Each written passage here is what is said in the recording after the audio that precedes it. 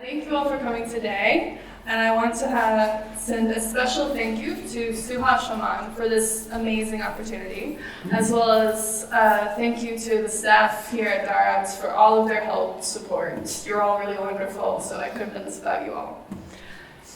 This paper is an article in progress, so I look forward to all of your thoughts and feedback and comments, as well as criticisms you may have. In late 2012, the Louvre opened its newly constructed galleries dedicated to Islamic art.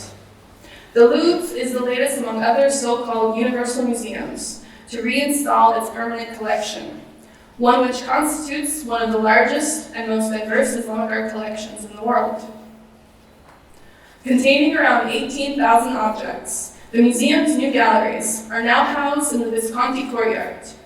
During construction, workers dug 2 stories deep into the courtyard, moving massive amounts of earth to make way for the 30,000 square feet comprising an exhibition space that's roughly 4 times larger than what was previously assigned to display Islamic art in Paris. Many, including art historians and museum design specialists, have lauded the new display area for its technical achievements in showcasing a visual feast of opulent materials with minimal museographic intrusions into the viewing experience. In his discussion of trends in museology of Islamic art galleries, Giovanni Penny describes the Louvre's Islamic art galleries as, quote, an exhibition that, in terms of the complexity, design, and richness of the collections on display, can undoubtedly be seen as the most important development in recent museography worldwide. Particularly arresting is the gallery's undulating rooftop covering, a diaphanous metal screen, which has been assigned numerous allusions from desert tent, flying carpet, to dragonfly wing, which is the project architect's preferred referent. The fluid structure filters sunlight onto the gallery's holdings below, emanating light across 2,500 objects, ranging from the 7th to the end of the 18th century. Attempting to address this temporal stopping point, the Louvre invited 3 contemporary artists to come and respond to its revamped Islamic art collection. Along with filmmaker Abbas Kiarostami and writer Orhan Pamuk, artist and professor Rauh was invited to take part in a 3-year collaboration with the museum. The first installment of his artistic engagement with the Louvre, titled Préface à la première édition, or Preface to the First Edition, opened on January 19th, 2013, and was on display until April 8th, 2013. Conceived as 3 interrelated works, a sculptural installation, a video, and a book containing 28 prints, the exhibit was the most recent manifestation in Rauh's ongoing project, Scratching on Things I Could Disavow, a history of art in the Arab world. Since 2007, Rauh has been exploring the recent upsurge of activity and interest in visual arts of the Middle East, including the development of art infrastructures in the Gulf, and new museum projects, primarily in North America and Europe, dedicated to the artistic heritage of Islam and Islamicate regions. Known for exhibiting his work under the fictive Atlas Group, Rauh consistently works from positions of institutional authority, using the language and modes of archives, museums, and academia to interrogate traditional narratives and offer alternative ones. For this exhibition project, Rauh chose the Louvre's revamped Islamic art department and its 18,000 objects as his starting point. Delving into the department's archives with a carte blanche from the museum curators, Rauh took into consideration the various aspects at play in the reopening of this collection: the history of the collections and their scientific documentation, the architectural and museographic designs, and the local and global institutional aspects of the department's projects. Primary among his stated interests is the Louvre's new satellite institution, currently under construction at Sabian Island in Abu Dhabi in the United Arab Emirates. The Louvre has slated 300 objects from its Islamic art collection to be sent on loan to the new Louvre Abu Dhabi. Stemming from these 300 objects, destined for transfer from Europe to the Gulf, Rauh explains he chose 28 objects to explore the ways in which they will be materially and immaterially affected by the journey. These 28 objects form the conceptual, visual building blocks for his entire exhibition, whether through their transient and unfixed appearances in the 12-minute video, their need for, and yet absence within, the installed gallery maquettes, or in their reproduction within the book. Along with these 28 objects, Rauh states he is inspired by the future of the Universal Museum, or the idea stemming from the 18th century European Enlightenment movement that historic museums, such as the Louvre, should embody the universality of human history.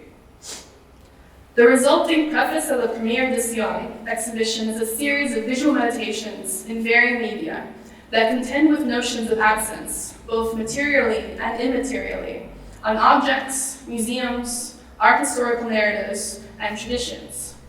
These plays on presence and absence within the installation space and the 28 objects destined for Abu Dhabi lends toward a form of institutional world-making, resulting in an experience that unmoors the viewer's grasp on what is real and what is fictive.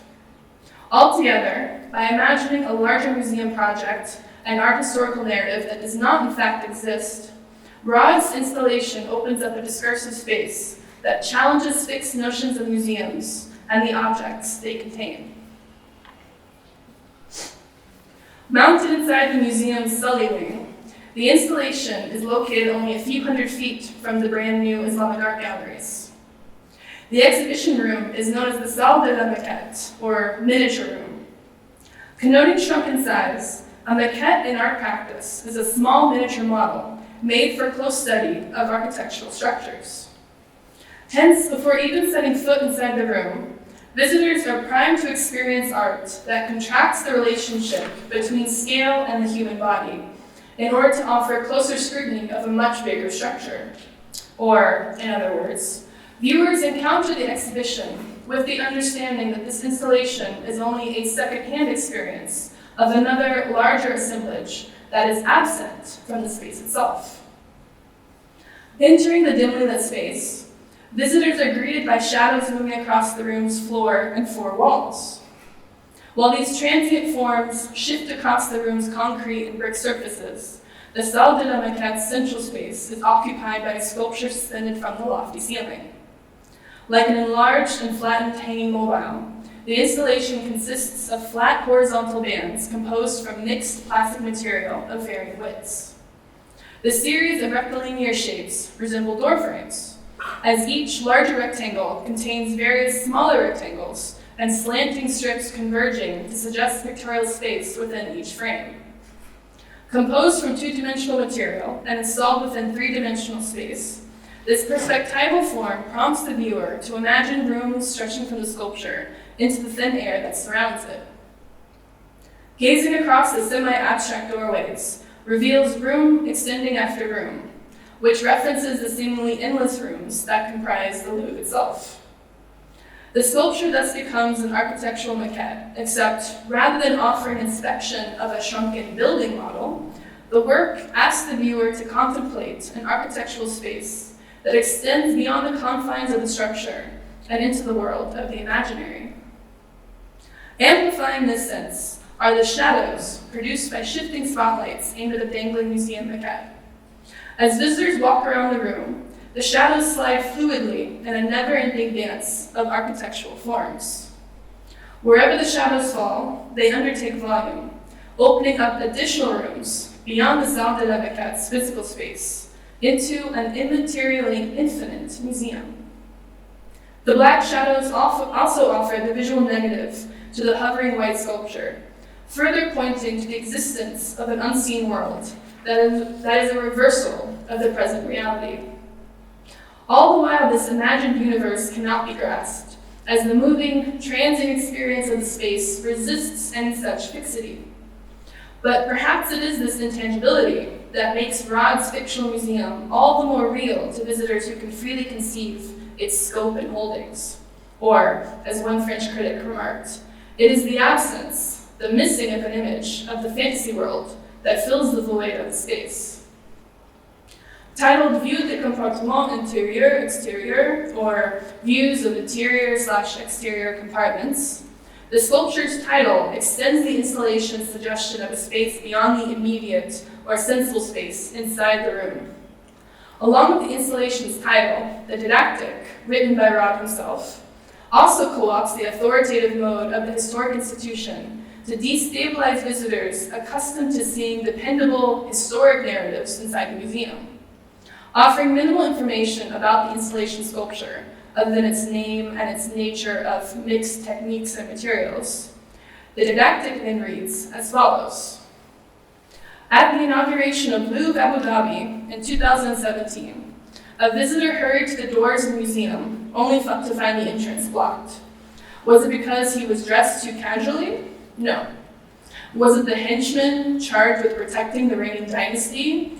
The sheikhs came in large numbers to be present at the event to show their kindness and their refined sensibilities, along with their barely pubescent future leaders, which blocked access? No.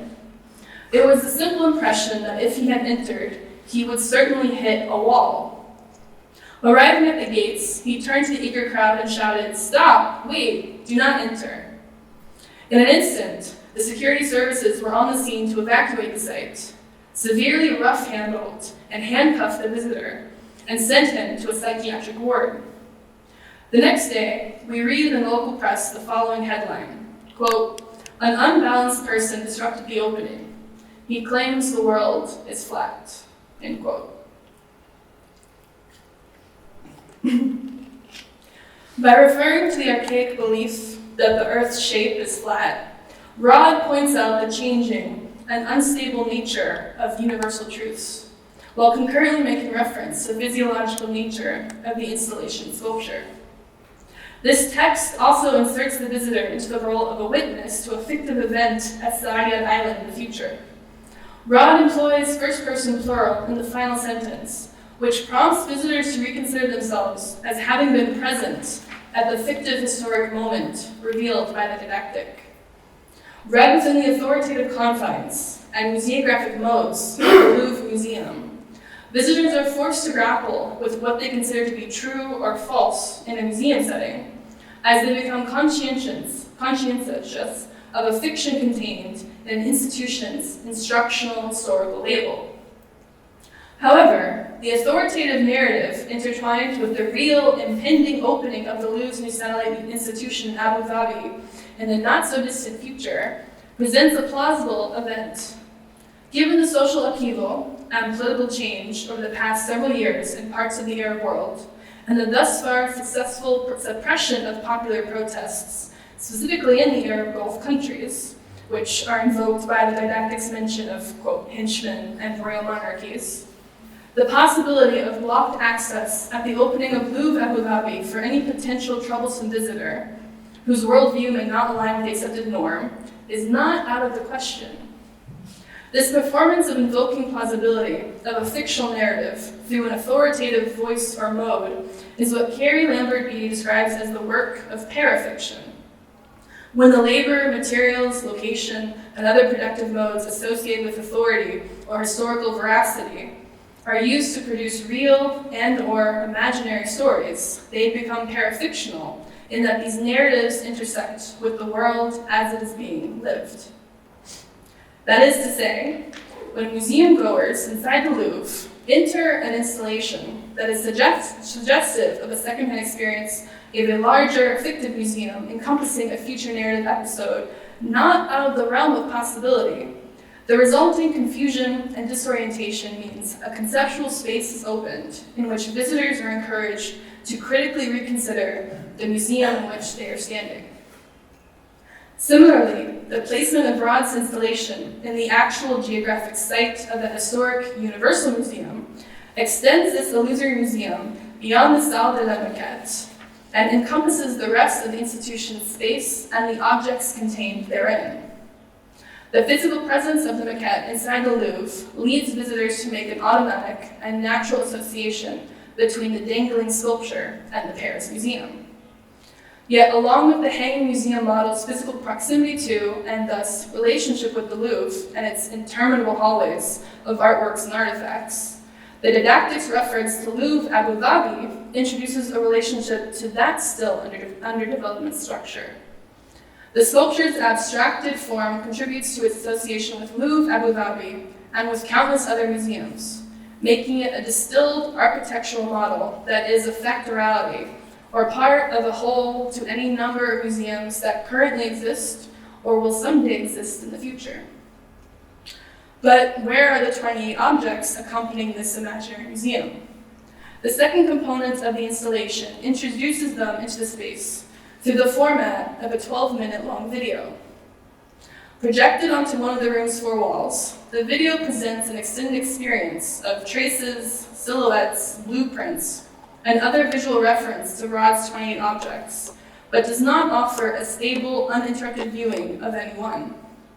Instead, the video shows a montage of amalgamated designs and images superimposed on one another, and even displays a kaleidoscope with colors drawn from the objects themselves and then transposed vertically. So if you ever use Microsoft Word Paint and pick the color to dump it, that's what he did with this. One visitor remarked after viewing the video, quote, "The images seem to have difficulty appearing in the screen, like prisoners in the blur of a back plane." Titled Preface a la Quatrième Edition, or Preface to the 4th edition, the video plays on loop in the exhibition installation. And I have a short clip to show you all, to give you a sense of the video itself and how it interacts with the architectural structure.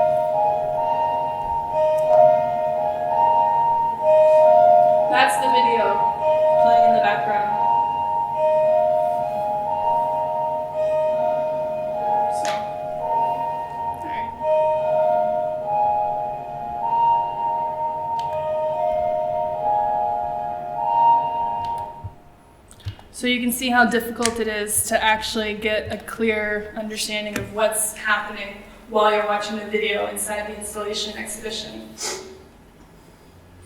Images appear on the screen slow enough for viewers to perceive them, but flash too quickly to fully understand what is being seen. The result is a continuation of the installation's sculptures, transience, and movement, as the fleeting images of objects denies visitors any notion of permanence or of the object's complete physicality. One film still from the video reveals a blueprint of one of the objects, appearing alongside images of other blue-tinged designs. The technical drawing in the video makes the viewer aware of the object's existence while denying the gratification of appraising it. As Emily Brzezinski has argued, a blueprint is used to make apparent what is lacking. Along with being a referent to an absent object, blueprints can also be indicative of a work or building in production or still unfinished. By offering a visual trace of the object through an artistic mediation, the blueprint of a bottlenecked form refers to the existence of this object while simultaneously denoting its absence.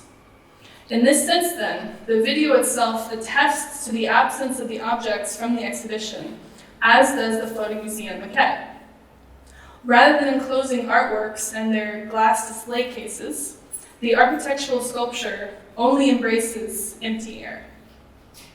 Rauh's didactic for the video states the video was produced by an artist from the future in 2026, 10 years after the opening of Louvre Abu Dhabi and financed by the United Arab Emirates. Of the nearly 18, this is the didactic for the video text.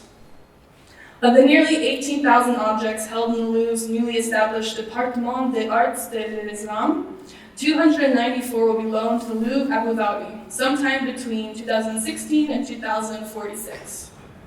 Of the 294 objects, the following 28 will be affected by the journey in ways that historians, curators, and conservators could not have anticipated or predicted. While no one will doubt the subsequent changes, the nature and the reason of their onset will be contested. Many will attribute them to the weather, asserting that the corrosion began soon after the exquisitely crafted, climate-controlled crates were opened in the Arabian desert. Others will insist they are immaterial and psychological, expressed only in the dreams and psychological disorders of non-citizens working in the emirate. And a few, the rare few, will speculate that they are aesthetic and came into view only once, in the enclosed 28 photographs produced by an artist during her Emirati-sponsored trip to the museum in 2026. Speaking in an authoritative voice similar to the third-person voice of museum labels, the didactic gets to the heart of the matters Waleed Rauh is attempting to address in his exhibition. Visitors are again asked to consider the repatriation of objects from the Louvre to the United Arab Emirates, and the host of issues that come with such a transfer of material and immaterial cultural capital. Here, Rauh is specifically addressing the use of foreign workers in the construction of Louvre Abu Dhabi on Sadia Island, as the treatment of these non-citizens in the UAE has come under fire by many human rights organizations. In casting the video as a found object from the future, Rauh again inverts notions of past and present, of absence and presence. Enclosed by a museum full of found objects and artifacts, from sources ranging as widely as archaeological surveys, war trophies, bestowed royal and diplomatic gifts, or ransacked foreign lands, visitors inside the Louvre exhibition are ultimately prompted to reconsider how they construct an object or artwork's meaning through space and time. Likewise, the 28 objects Rauh used as the inspiration for this entire collaborative project challenge notions of presence and absence. Indeed, the only fixed, tangible images of the 28 objects are those reproduced in the exhibition's publication. Containing 28 loose archival inkjet prints, the volume allows the viewers to take apart, closely examine, and reassemble the order of the images. The book is not available inside the Salle de la Maquette installation, yet Rauh and the curators insist it is one of the exhibition's most important components, if not the principal work of the entire project. What might be a cynical ploy in order to sell more copies through the Louvre's gift shop or website, the volume nevertheless continues the codification of Rauh's Universal Museum through museographic and art historical modes. As titled Preface à la Troisième Edition, or Preface to the Third Edition, the publication continues the presentation of the entire Preface to the First Edition exhibition as a series of introductory excursions before a complete work, one which may only exist in the world of the imaginary, may still be in progress, or one that visitors are supposed to infer has yet to be written. The word preface comes from the Latin praefectum, or made before, which further advocates for a sense that there is a larger body of work missing from the exhibition and its art historical framework. Rauh insists that each book is a physical extension of the project and an artistic work in and of itself, rather than just a normal exhibition catalog. The images printed in the volume of Rauh's 28 objects are derived from the Louvre's Islamic Art Department's own photographic archive. Rauh was given access to the collection's photographs, which were recently reshot by museum photographer Hugh Dubois in anticipation of the opening of the collection's new galleries. In one of the publication's prints, we find the possible source for the object blueprint in the installation's video. A bottle-like, or as suggested by the print's title, chandelier, candlestick shape, is filled with a close detail of inlaid woodwork, offering a disorienting mixture of form and material. Thus, having at last found one of the elusive objects from Rauh's Universal Museum, viewers are still unable to grasp the object's totality. Another print, titled Coupe 2, or Cup Number 2, shows the shape of a cup or bowl containing an image of a carved stone head. The image suggests the rough, aged surface of the physical object, while eclipsing its complete body into a different, unrelated form, one nevertheless evoked by the print's title. Yet the sculpture's enigmatic and serene smile echoes the curved shape of the cup. The image demands close inspection and meditation on the suggestive materiality of the stone and its carved handwork, but yet again denies the viewer any certainty of the object's function or complete form. Diffused below the object is a gradated shadow, one that visually asserts the physical presence of the so-called cup during the photograph's making. Shadows are ephemeral forms, and the invention of photography has historically been characterized as the art of fixing a shadow. Photographs capture glimpses of shadows, a word that physicist Sidney Nagel argues is, quote, the symbolic metaphor at the heart of Plato's myth of the cave, where we as humans are only able to glimpse shadows cast by the internal forms. Our knowledge and understanding of the world is incomplete until we perceive the forms themselves, end quote.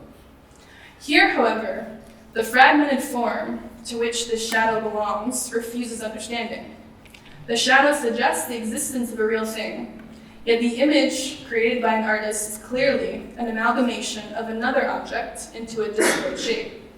Therefore, the existence of the object contained in the photograph is still ambiguous. Produced in the official photographic mode of the museum's archival system, the 28 prints are post-productions of Hugh Dubois' photographs. Coined by French art critic and curator Nicolas Loriot from Contemporary Music Engineering and DJ Techniques, post-production is the practice of taking complete works and reassembling them to compose new ones, resulting in a reprogramming of the meanings of the pre-existing forms. After seeing Rauh's images of these objects, the viewer becomes aware of the museum's clinical and austere staging inside the photograph, and of Hugh Dubois' hidden hand in the image-making process. Utilizing the museum's own visual typology for recording its holdings, Rauh documents his Universal Museum's objects, and thus creates a visual codification of the exhibition's many visual references to the 28 objects slated for transfer to Abu Dhabi. These objects, around which Rauh's entire project has unfolded, are substantially present in only one place, Walid Rauh's imagination. That is to say, the 28 objects do not exist. Rather, the objects of which a visitor in the Salle de la Maquette encounters visual traces, or the viewer finds reproduced in the publication prints, are images of some of the Louvre's Islamic art department's most famous and valuable works.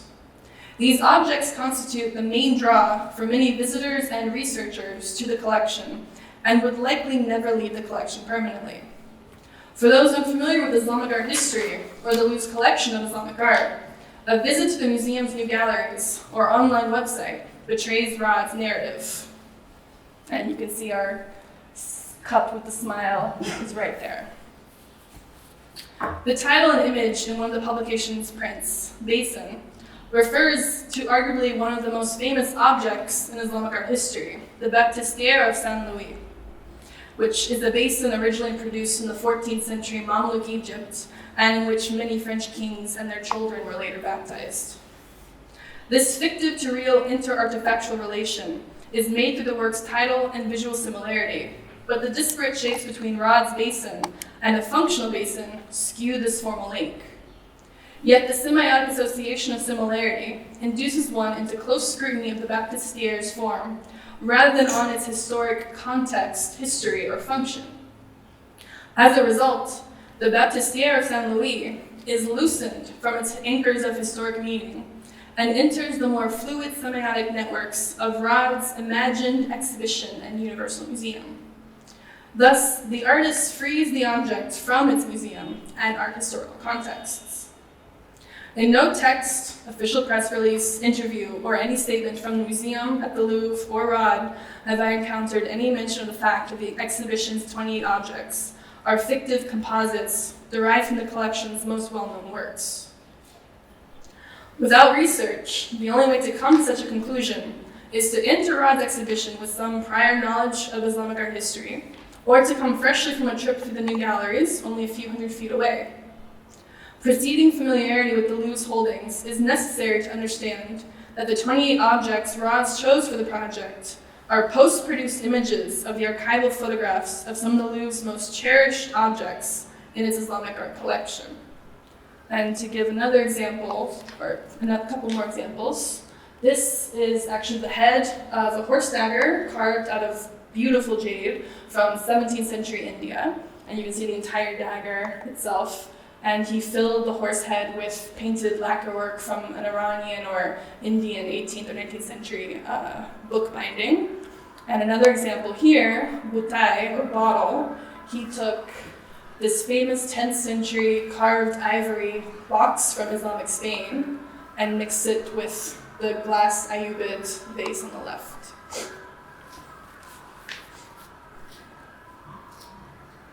By not disclosing this fact, Rauh and the curators keep the question of the object's existence and impending transferal open, lending to plausibility that these objects could be sent to Louvre, Abu Dhabi, and become absent from the Paris location.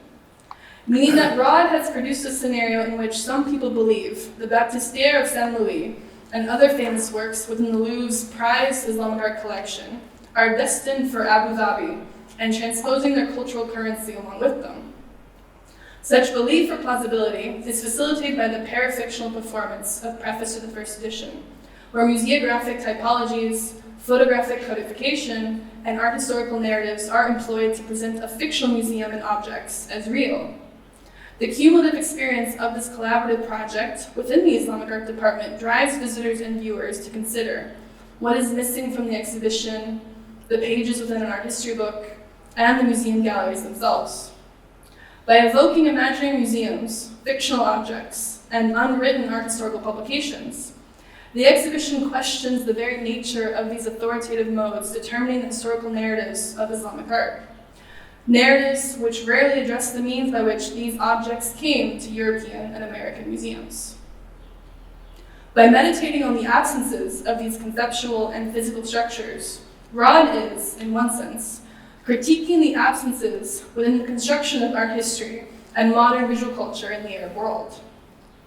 For instance, what other museums might be built from the architectural sculpture hanging in the Salle de la Maquette besides another Louvre? What art histories remain to be written about past and present artistic practices in the Middle East? Through all these questions raised by the perceived absences in Preface to the First Edition, Rauh is questioning the expansion of the Louvre into Saadiyat Island in the Gulf, which will maintain the authority of the institution, along with others, including the British Museum and the Guggenheim, to continue collecting, displaying, and constructing the narrative of Islamic art history and modern art practices in the Middle East. Revealing various forms of absences or missing components in this international project that exists only in the imagined worlds and his art creates is Rauh's attempt to negotiate from his own institutional position the ongoing development of Louvre Abu Dhabi and its lack of historic and geopolitical reflexivity. Walid Rauh's critical work interrogating the developments in the Gulf has not been limited to the Louvre. Since 2011, he has been actively organizing the international boycott against the Guggenheim and its contemporary art museum project on the same Saadiyat Island. He is one of the 43 original members of the Gulf Labor Coalition, a group of artists, curators, and critics boycotting the Guggenheim in response to the living and working conditions of migrant laborers in Abu Dhabi. Rauh joined artists such as Mona Hatoum, Barbara Kruger, Emily Jaser, and Tanya Bruguera in releasing a joint statement which asserts that artists should not be asked to exhibit their work in buildings built on the back of exploited workers. Those working with bricks and mortar deserve the same kind of respect as those working with cameras and brushes. The Gulf Labor Coalition has been responsible in part for delaying the opening of the new Guggenheim Abu Dhabi from 2015, when it was originally supposed to open, until at least next year, 2017. And if any of you have been following the news, the negotiations between the Guggenheim's Board of Trustees and the Gulf Labor Coalition, which includes Walid Rauh, fell apart a few weeks ago, and since then, the amnesty on protests against the Guggenheim has gone away. And about a week and a half ago, they restarted protests at the Guggenheim in New York. So this is a May Day occupation, and the bottom right was April 28th, about 10 days ago. Ultra luxury art, ultra low wages is a light protest they flashed against the Guggenheim's location in New York. and of the many light projections they protested are May Day, the word May Day, in the languages of many of the foreign migrant workers in the Gulf, as well as in Arabic in the bottom center panel. Rauh's Louvre exhibition also operates within the gaps of Islamic art history's own discursive ground. Common approaches in Islamic art history and museum displays have consisted of the isolation of works from their, quote, temporally and geographically variable religious, theological, philosophical, or literary discourses of Islam as a religion, and a categorization of their formal qualities as seen only through European-American art perceptual codes. The Louvre's Islamic art galleries do not disrupt this practice. As Islamic art historian David Roxborough, in his art review of the new galleries notes, it is clear that the aesthetic and sensual experience of the artworks, architecture, and museography was given primacy, and that the machinery of information and instruction was secondary and in some instances physically marginalized.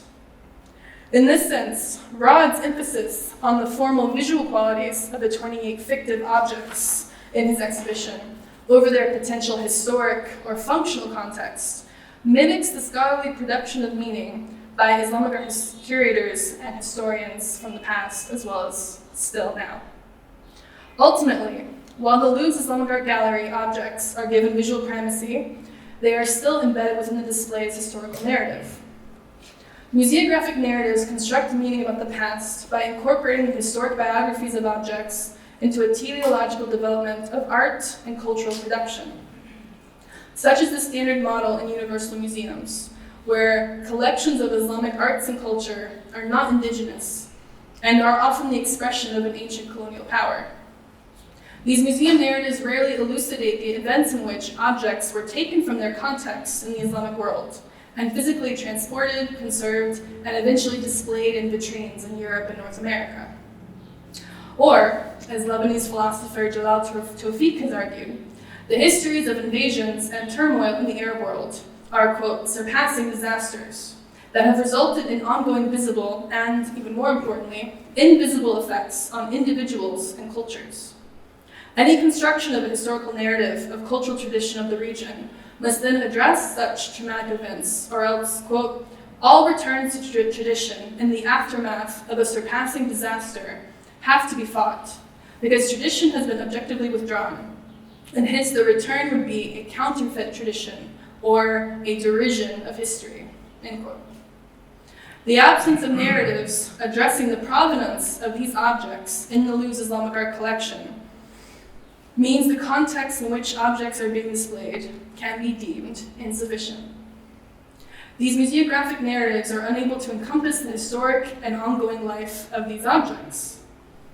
In repackaging these works to Saadiyat Island in the Gulf, the Louvre is essentially continuing its own particular political historical narrative from within the Islamic world itself.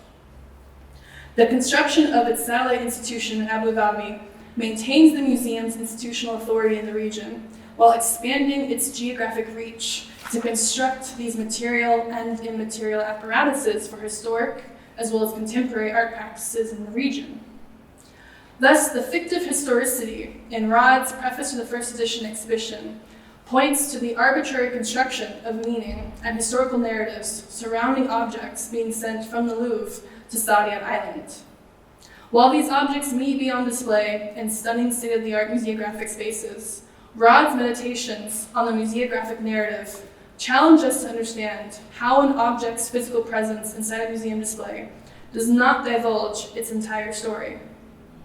Visitors standing inside Rauh's imagined museum in the Salle de la Maquette, mere feet from the Louvre's vast historic collection of Islamic art objects, are encouraged to consider perhaps there is something missing.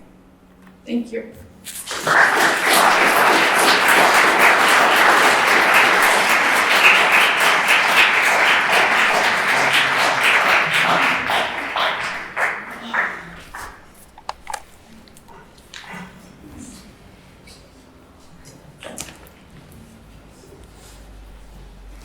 What? Yamal has the mic. Are there any questions or comments? Yeah, Dr. Faisal. Can I speak in Arabic, please? صعب عليك. The title of this subject is Art for Humanity. Of which subject? The Louvre's project or Waleed Rad's project? No, Louvre and Abu Dhabi. I don't know if it is relation for the humanity or for humanistic art or just diplomatic relation between the two states. And I am not sure if it's commercial relations or real artistic cultural relations. Yes. So you're asking what the actual financial relationship is between Saudi Island and the Louvre? What the meaning of mankind? Art, museum for all mankind. I don't see the relation. I can't understand the title. It's only for certain elite, cultural elite, commercial elite, political elite. But really, it's nothing to do with the mankind. Yeah. This is my opinion. I agree with you. This photo I took when I was actually at Saudi Island to see some of the construction in 2013, because the Louvre was supposed to open in 2015, as was the other museum. And this is what they had on display in this huge showroom about the development of the museum projects. So this is how they're advertising the new Louvre, is as a museum of all mankind. But the fact that it's clearly for a specific audience with a certain cachet, I agree with you on that point. And the relationship basically is they don't actually own the objects that the Louvre is sending to Abu Dhabi. It's very much like a franchise, like fast food. If you want to open a restaurant, you pay McDonald's or Kentucky Fried Chicken to own the name and the infrastructure and the support, but you never actually own the thing itself, the name. So they're spending, I believe the estimate is close to $1 billion to the Louvre over the next 7 years to take the name, to take the objects, to take many of the curators, the staff. So it's a financial engagement that they need to make bank on. So how they're going to do that is a question we're all also wondering. So I'm not sure if I answered your question entirely, but okay.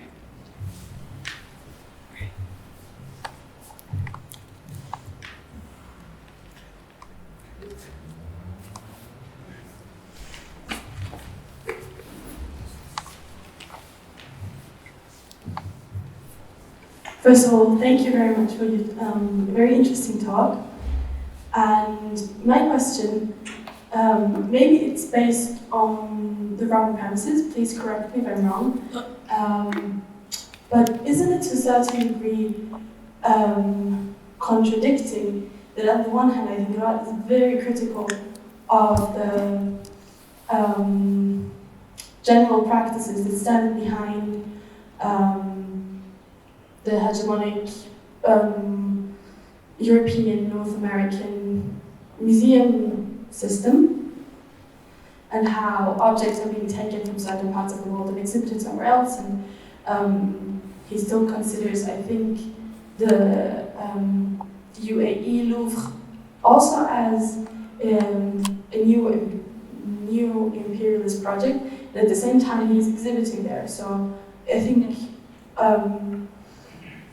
legitimizing this museum project, does this open up contradictions for him? Does he discuss those? Or did I just miss out on the explanation of that? No, I had like a tiny little phrase, but no, thank you very much for your question. He does address it in the sense that he confirms that he's using his position of sort of institutionality. He's a professor at Cooper's Union in New York, a very famous art school, and he was invited by name by the Louvre to do this installation in Paris, not in Abu Dhabi. So he's very much aware of the contradiction, but I think for him, this was an opportunity that he didn't want to pass up. And also, the Louvre Abu Dhabi has made much more progress in terms of monitoring the working conditions and living conditions of the migrant laborers on Saudi Island. So they're not being boycotted. the way that the Guggenheim is, which is what he's a part of with the Gulf Labor Coalition. So they're being most focused on the Guggenheim's activities. For whatever reason, both sides say the other party's at fault, but what they're saying is that the Guggenheim refuses to sign any oversight regulations, but the Louvre has. So the Louvre is seen as like the lesser, I guess, of the two evils between these two museums. So there is a contradiction there, but with this exhibition, he was able to address not just Saudi Island, but the whole enterprise of universal museums and art history as well.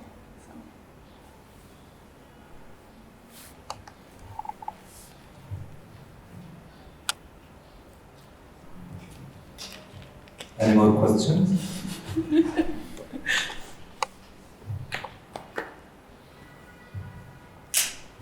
In Arabic? It would be a massacre. Just speaks Farsi and French.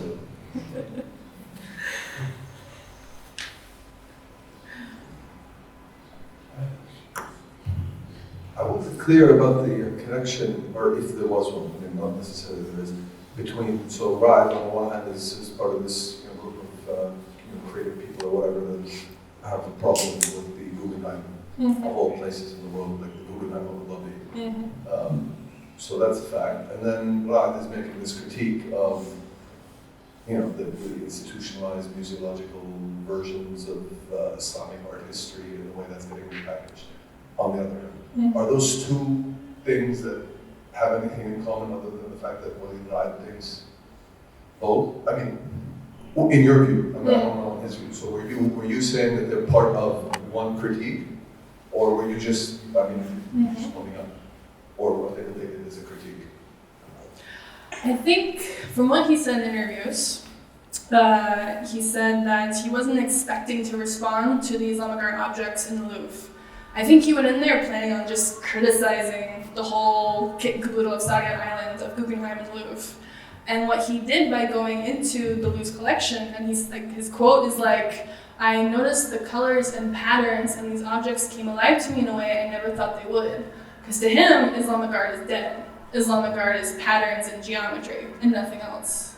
So he says in interviews, he sounds surprised that he engaged with it.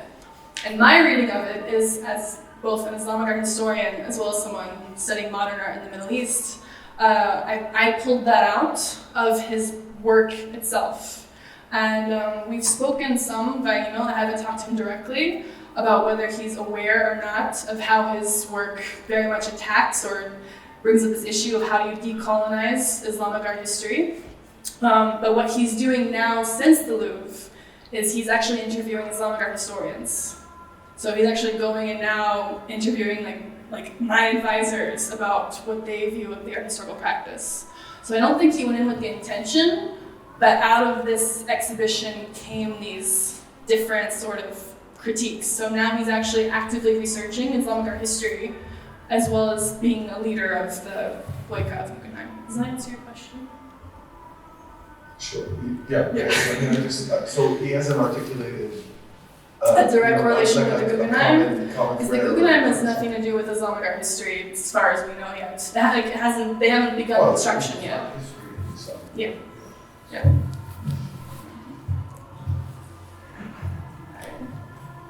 Yeah. What do you think of the artwork?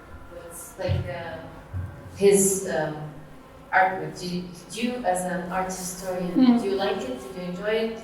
Or you think, or what are your thoughts? I was never interested in Waleed Rauh until he did this project. Atlas Group, which is what he's most famous for, addressing the lack of archives and trauma of the Lebanese Civil War. It's interesting, but not something that I was visually compelled to work on. But when he goes into an Islamic art collection, we all paid attention. And I think these works are actually quite stunning in a way. But it took me a long time to figure out what the heck he was doing. Because they don't give you any information. It's a brick wall when you try and talk to the curators about what they did.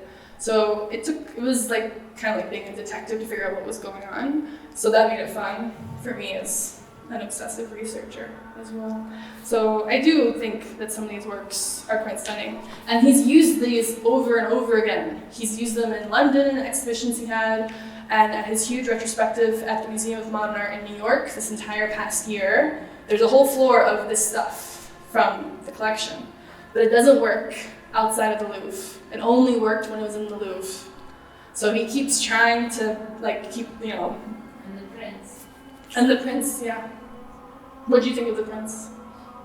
Yeah. I still haven't made mine. You made up your mind, okay. Yeah. Yeah, nothing.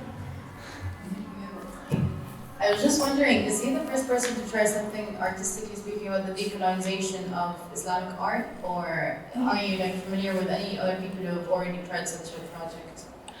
I think, off the top of my head, he's the one that's been most critical. There are other artists that are engaging with these things, these objects, in very different ways that maybe are critical or are very aware of sort of the gaps of, like, why does Islamic art history end in the 1800s, and then, like, no one, Islamic art historians don't work on the modern. That speaks to the history of the field as well as, yeah. So his work, to my mind, was the most overt in addressing that. But they're actually calling this new trend of several artists that are engaging with the past as like new Islamic art in different ways. So artists are playing with it now. They're doing it as a way for different reasons. But his, I think, was the most critical, because that's Waleed Rad's thing, is to be critical. Yeah. What? Any final question? No? Thank you, Elizabeth. Thank We'll you. have another talk by Elizabeth. She's staying with us a little bit more. In July, we'll have the exact date by then. Thank you very much, Elizabeth. We're very proud of having you here. Thank you very much for coming.